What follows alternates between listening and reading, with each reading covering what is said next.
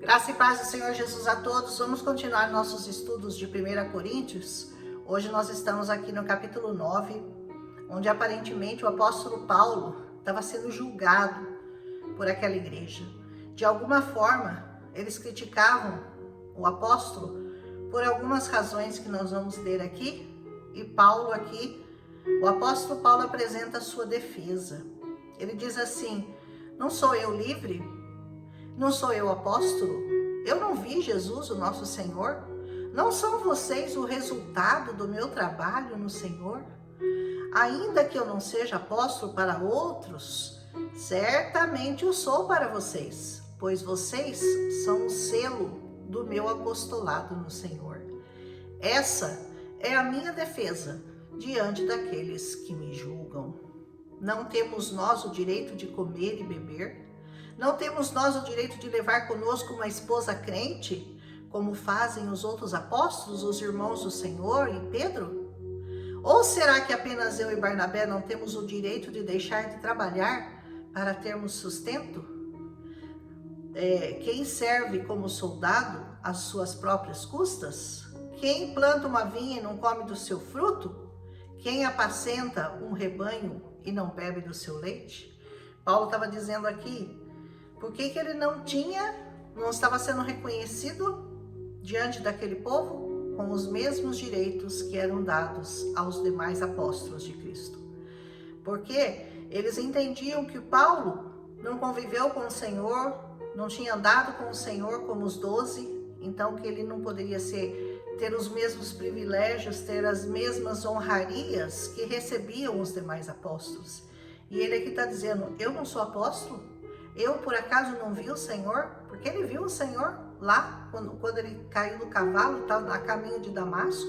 Ele teve uma visão do Senhor. O Senhor se mostrou a ele, se apresentou a ele.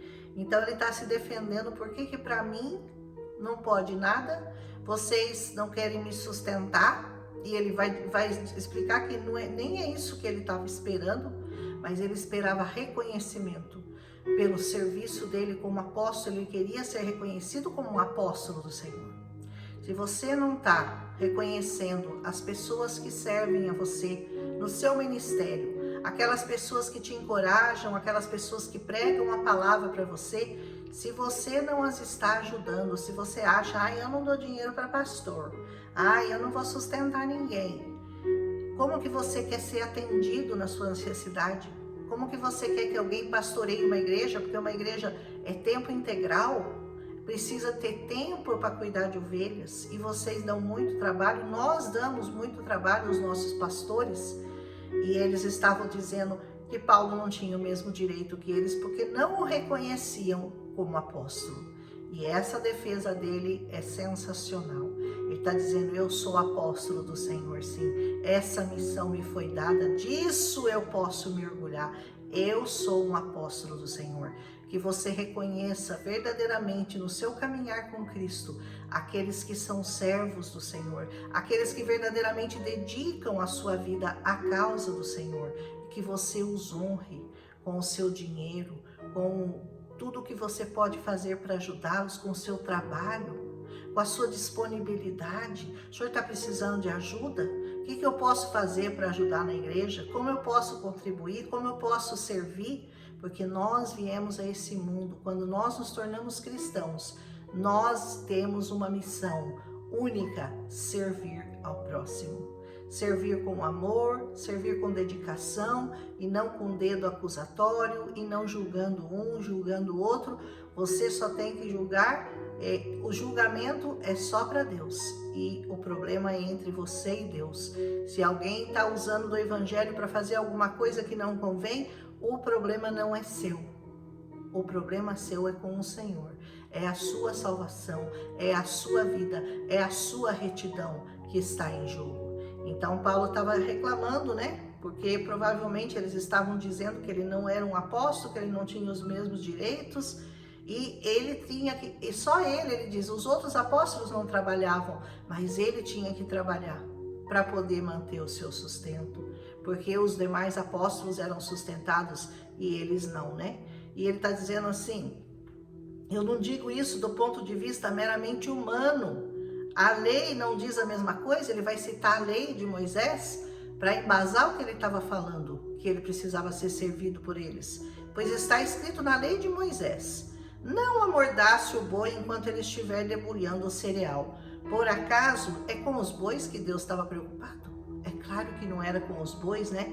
Não é certamente por nossa causa que ele diz: sim, isso foi escrito em nosso favor. Por quê? Porque Deus estava preocupado com o lavrador quando ele ara e com o debulhador quando ele debulha. Eles devem fazê-lo na esperança de participar da colheita. Então a preocupação não era com o boi, a preocupação era com o lavrador que estava plantando e com o debulhador, aquele que ia recolher a colheita. E ele dizia: não amordace o boi tem direito a participar, ele também vai poder comer aquilo que ele está trabalhando. Se entre vocês semeamos coisas espirituais, seria demais nós colhermos de vocês coisas materiais? Nós estamos atendendo a vocês espiritualmente, nós estamos ensinando a vocês, nós estamos ministrando a vida de vocês. E o mínimo que vocês têm que nos devolver é aquilo que a lei do Senhor nos manda devolver, os 10% que são do Senhor. Amém? Eu não digo isso para pessoas que não participam da igreja, porque se você não participa de nenhuma igreja, você não tem que dar nada. Amém? A não ser que você queira dar uma esmola. Mas se você é membro de uma igreja, você tem um dever: sustentar a sua igreja e os irmãos mais necessitados, e todas as necessidades daquela igreja têm que ser supridas por quem? Você vai esperar a prefeitura? Você vai esperar o governo? É você, é a nossa função sustentarmos a nossa igreja. Amém? Se outros têm direitos de ser sustentados por vocês, então não temos nós ainda mais? Será que nós não temos ainda mais direito do que os outros? Mas nós nunca usamos desse direito. O que Paulo estava dizendo: eu não usei esse direito, Pelo contrário, nós suportamos tudo para não colocar obstáculo algum ao Evangelho de Cristo. Paulo era tão empenhado, ele era tão preocupado em pregar essa palavra, que ele pouco se importava se ele recebia pagamento por isso ou não. Ele preferia trabalhar ele próprio, fazendo as tendas que ele fazia, para não depender de ninguém da igreja. Amém? Vocês não sabem que aqueles que trabalham no templo alimentam-se das coisas do templo, e que os que servem participam diante do altar do que é oferecido no altar? Antigamente os sacerdotes, os levitas, nos tempos de Moisés, eles não trabalhavam. Eles eram sustentados pelas pessoas, eles recebiam casa, eles recebiam alimento, as pessoas levavam seus animais, levavam suas colheitas para os sacerdotes. E eles tinham uma única incumbência: cuidar do altar do Senhor, mantê-lo em ordem e pregar a palavra de Deus. E ler, conhecer as Escrituras, meditar nas Escrituras para poder instruir aquele povo. Amém? Mas eu não tenho usado de nenhum desses direitos. Paulo diz: eu nem estou usando esses direitos que eu teria. Eu teria o direito de receber e não fazer nada. Mas eu não tenho usado esse direito. Eu não estou escrevendo na esperança de que vocês façam isso por mim. Eu prefiro morrer a permitir que alguém me prive deste meu orgulho. Paulo se orgulhava do que ele fazia, né? E ele diz: eu prefiro morrer do que você me privar desse meu orgulho. Eu não vou requerer nem esse direito que eu tenho. Contudo, quando eu prego o evangelho, eu não posso me orgulhar, pois me é imposta essa necessidade de pregar. E ai de mim se eu não pregar este evangelho. Ai de você que conhece essa palavra se você não pregar essa palavra.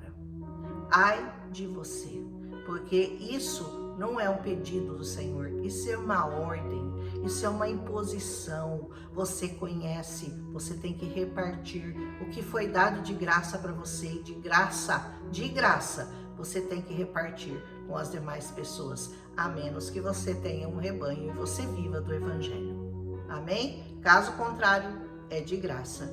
Porque se eu prego de livre vontade, eu tenho recompensa. Contudo, como eu prego por obrigação, eu estou simplesmente cumprindo uma incumbência que foi dada, confiada a mim. E ele disse: eu não estou fazendo mais do que minha obrigação em pregar o evangelho. Qual é, pois, a minha recompensa? Apenas esta. Qual é a recompensa, então, de Paulo? Apenas essa: que pregando o evangelho, eu o apresente gratuitamente, não usando assim dos meus direitos de pregá-lo. Quando você decidiu pregar o evangelho, você entende que você vai fazer isso de graça. Você não vai cobrar das pessoas para você ir numa igreja e pregar o evangelho. Não é verdade? É claro que você pode receber uma oferta, os irmãos podem ofertar, mas isso é livre. Você não pode pôr um preço para pregar o evangelho para as pessoas. Porque embora seja livre de todos, fiz-me escravo de todos para ganhar o maior número possível de pessoas. Eu me coloquei como escravo de vocês para poder ganhar o máximo de pessoas possíveis. Eu me tornei um judeu para os judeus a fim de ganhar os judeus. Para aqueles que estão debaixo da lei, eu me tornei como se eu tivesse também sujeito à lei, embora eu mesmo não esteja debaixo da lei, a fim de ganhar os que estão debaixo da lei. Então, para os judeus, ele se portava como um judeu para poder ganhar os judeus para Cristo. Para os que estão sem lei, os que não eram judeus, né? Eu tornei-me como um sem lei. Embora eu não esteja livre da lei de Deus, mas sim eu estou debaixo, sob a lei de Cristo, a fim de ganhar os que não têm lei. Para com os fracos, eu também me fiz fraco, para ganhar os fracos para Jesus. Tornei-me tudo para com todos, para de alguma forma salvar alguns.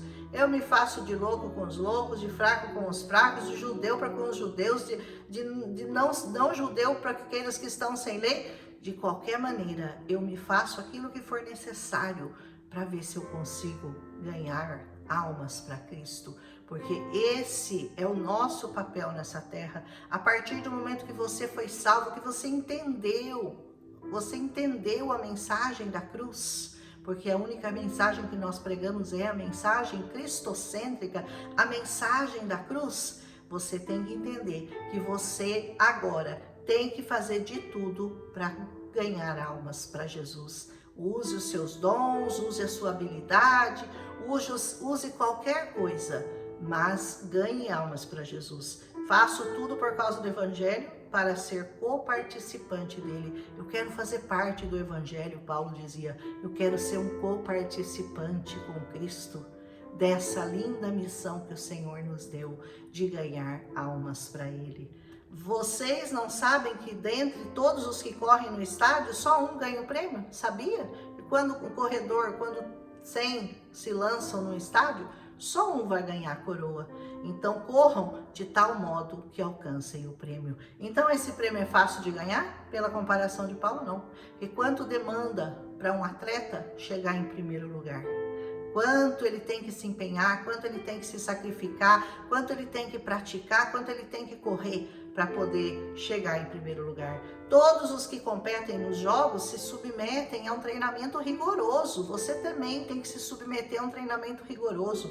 Ser rigoroso com a sua carne, ser rigoroso com seus pensamentos, ser rigoroso com seus atos, para você poder chegar em algum lugar bem colocado lá na frente, né? Para obter uma coroa que logo perece. Ele está falando, esses que correm nos estádios, eles se matam para conseguir uma coroa que não vale nada, segundo Paulo, uma coroa perecível, né? Mas nós não, nós fazemos para ganhar uma coroa que dura para sempre. A sua coroa, meu irmão, é eterna. A sua coroa é de eternidade. Então, faça o que for necessário, dedique-se à palavra, ore, clame, jejue, busque conhecimento, busque os mistérios de Deus, conhecer os mistérios de Deus que estão escondidos em Cristo Jesus. E isso demanda tempo, isso demanda clamor, isso demanda oração. E pensa que é fácil? Você pensa que é fácil chegar lá na frente junto com todos aqueles cristãos que deram a vida pelo evangelho? Você quer ir na boa, deitadinho na sua casa, assistindo Netflix, não indo na igreja, só cuidando da sua vidinha, que você vai ter algum lugar de honra ao lado do Senhor?